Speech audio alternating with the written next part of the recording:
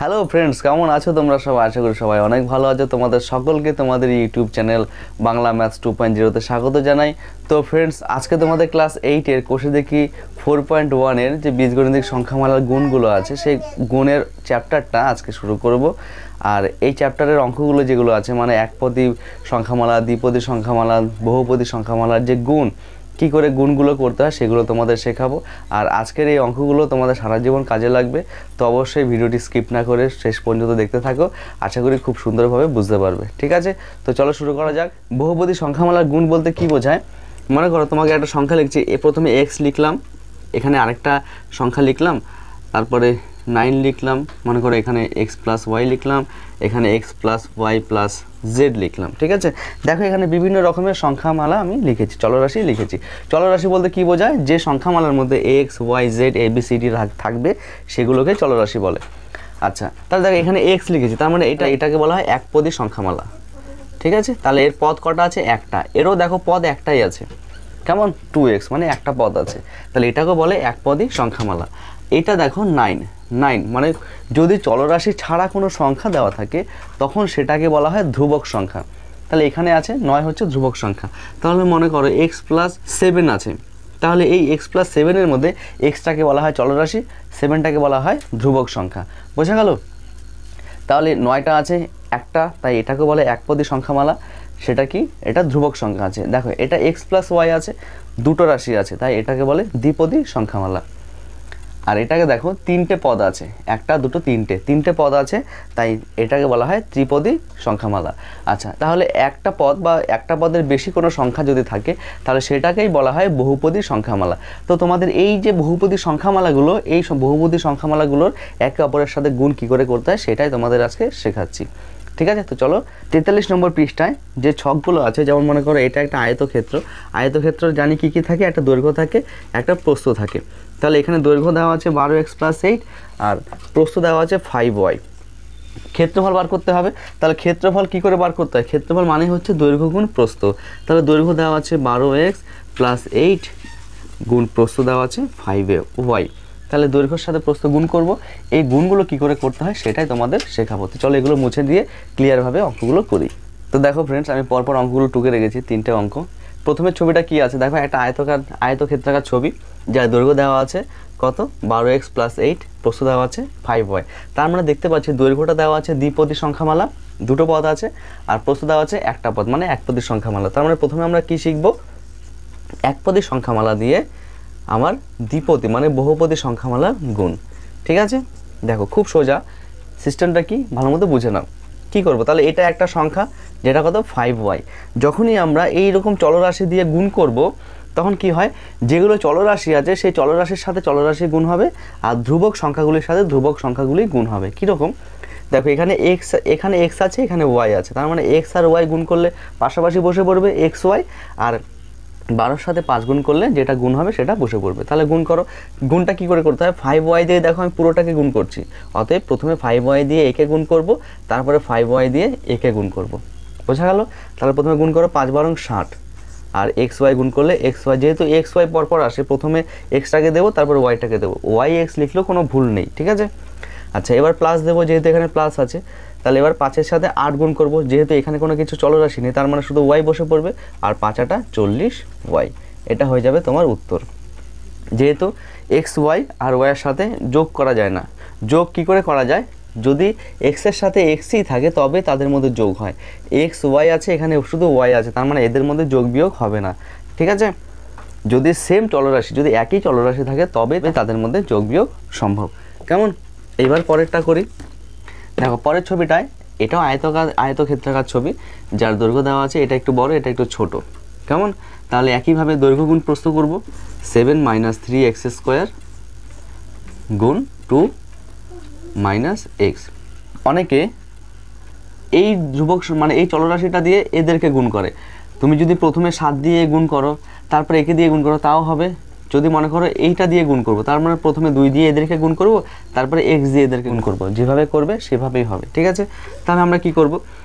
আমি প্রথমে কি করব? এই 7টা দিয়ে দেখো এটা দ্বিপদী চলরাশি আছে, দ্বিপদী সংখ্যামালা আছে, তাহলে কি করতে হয়?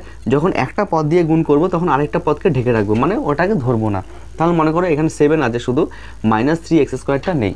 তাহলে একইভাবে 7 দিয়ে এই দুটোকে গুণ করব। কিভাবে? প্রথমে 7 দিয়ে 2কে গুণ করব, 7 দুগুণে 14। আর এখানে কি আছে, এক্সের সাথে গুণ যখন করব তাহলে চিহ্নগুলো গুণ হবে, সাথের চিহ্ন কিছু নেই মানে প্লাস আছে, ঠিক আছে। তাহলে এখানে প্লাস, এখানে মাইনাস, তাহলে মাইনাসের প্লাসে কি হবে, মাইনাস হয়ে যাবে।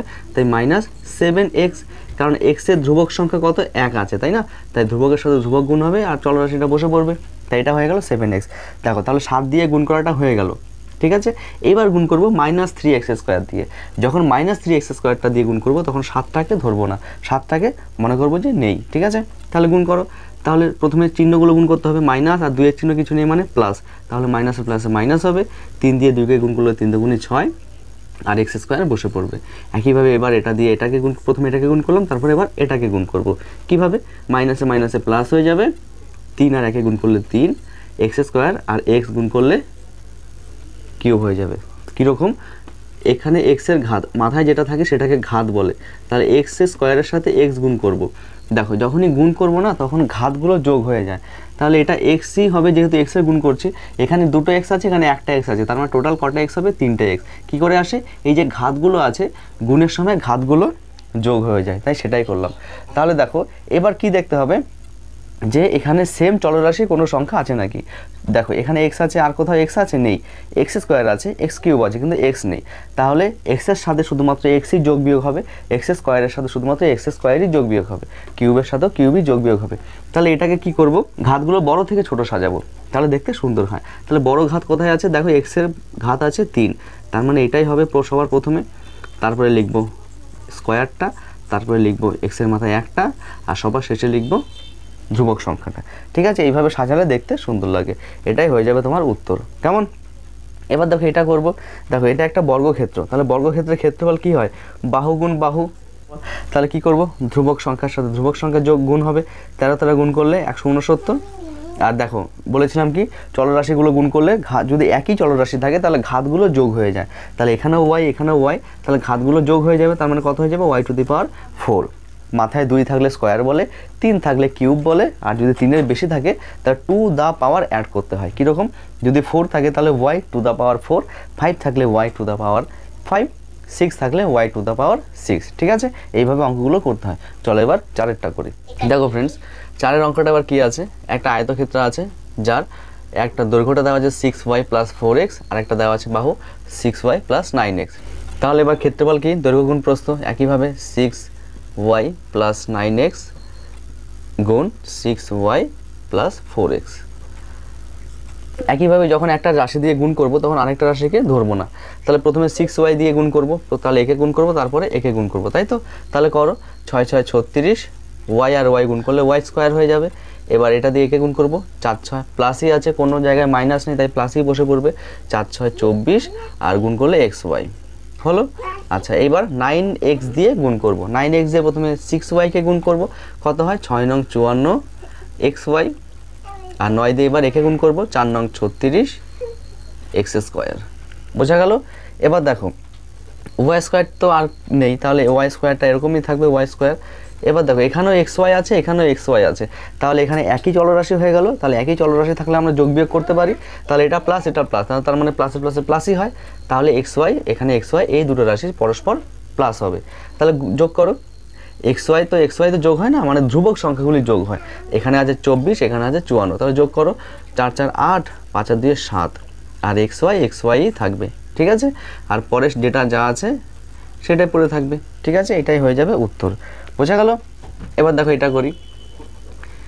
দেখো একটা বাহু আছে 4 + 8x², আরেকটা বাহু আছে 4 + 8x², মানে দুটোই একই আছে। তাহলে দেখো এটা সূত্রে ফেলা যায়, কিন্তু ওটা সূত্র করবো না, সরাসরি আমরা গুণ করব। কীরকমভাবে, 4 দিয়ে প্রথমে 4কে গুণ করবো, 4 4 16, প্লাস এবার 4 দিয়ে প্রথমে কি 4কে গুণ করলাম, এবার 4 দিয়ে 8x² গুণ করব। তাহলে 4 8 32 x² পড়ে থাকবে। আচ্ছা এবার এটা দিয়ে একে গুণ করব, কত হবে, 4 8 32 x²।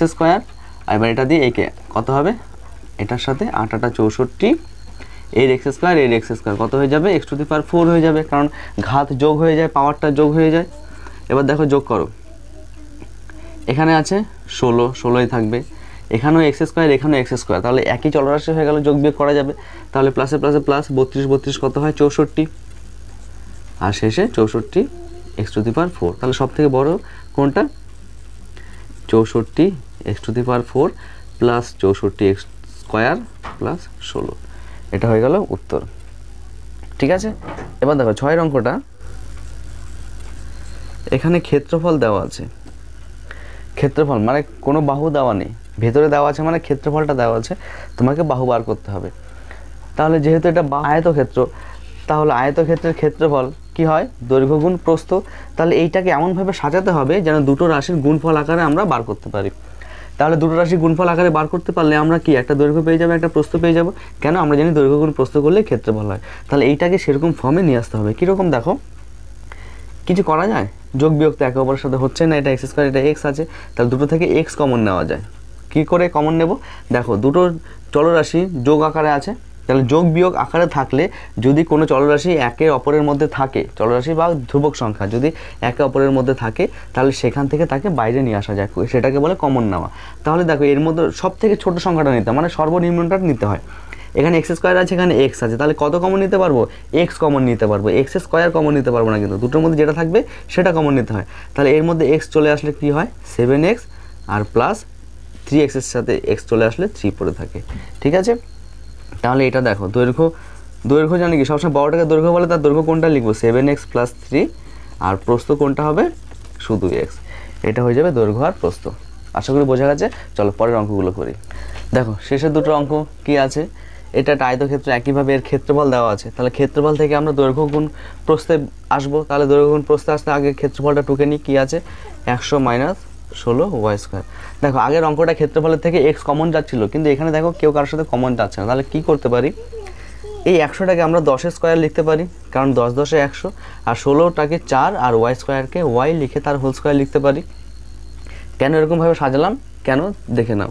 a² - b² রূপে সাজালে আমরা a + b × a - b আকারে লিখতে পারি। তাহলে দেখো দুটো রাশির গুণফল চলে আসলো, আর দুটো রাশির গুণফল মানে দৈর্ঘ্য গুণ প্রস্থ, আর দৈর্ঘ্য গুণ প্রস্থ মানে তো পেয়ে গেলাম দৈর্ঘ্য আর প্রস্থ। ঠিক আছে, তাহলে দেখো তাই এটাকে 100কে ভেঙে 10 স্কোয়ার লিখলাম, আর 16y² লিখে 4y তার হোল স্কোয়ার লিখলাম। ঠিক আছে, তাহলে এটাকে কোন সূত্রে ফেলবো? a + b × a - b, যেখানে a কত? 10, a + b, b কত? 4y × a - b, a - b। তাহলে দৈর্ঘ্য কোনটা? এটা দৈর্ঘ্য, এটা প্রস্থ, দৈর্ঘ্য গুণ প্রস্থ করলেই তো ক্ষেত্রফল আসে, তাই তো? তার দৈর্ঘ্য কোনটা? দৈর্ঘ্য সবসময় বড়টা হয়, তাহলে প্লাস আছে, তার প্লাস মানে সেটাই হচ্ছে দৈর্ঘ্য। ঠিক আছে, সুতরাং লিখব দৈর্ঘ্য = 10 + 4y, আর প্রস্থ = 10 - 4y। বোঝা গেল? এবার চলো এটা করি। দেখো এটাও একইভাবে ক্ষেত্রফল দিয়ে দিয়েছে। ক্ষেত্রফল কত দিয়েছে? 64 - x²। এটাও দেখো ওই একই সূত্রে ফেলবে, a² - b²। কী করে দেখো? 64কে লিখতে পারি 8² আর x² তো x² আছেই। তাহলে দেখো a² - b² পেয়ে গেলাম। সুতরাং a + b × a - b, যেখানে a 8 bx, a + b × 8 - x মানে a - b। তাহলে দৈর্ঘ্য কোনটা হবে? প্লাসেরটা, যেটা বেশি সেটা দৈর্ঘ্য, আর প্রস্থ কোনটা হবে? মাইনাসেরটা। এটা হয়ে গেল অঙ্ক কমপ্লিট। তাহলে আশা করি বোঝা গেছে এইভাবে চলরাশিগুলোর বহুপদী সংখ্যামালাগুলোর একে অপরের সাথে গুণ করতে হয়। এবার পরে কি অঙ্ক আছে দেখি, কোষে দেখি 4.1-এ কী আছে? একের অঙ্কগুলো প্রথম বীজগণিতের সংখ্যামালা দিয়েছে, দ্বিতীয় বীজগণিতের সংখ্যামালা দিয়েছে, এদের একে অপরের সাথে গুণ করতে হবে, এবং গুণ করে মানে এরকমভাবে সেম প্রসেসে গুণ করতে হবে।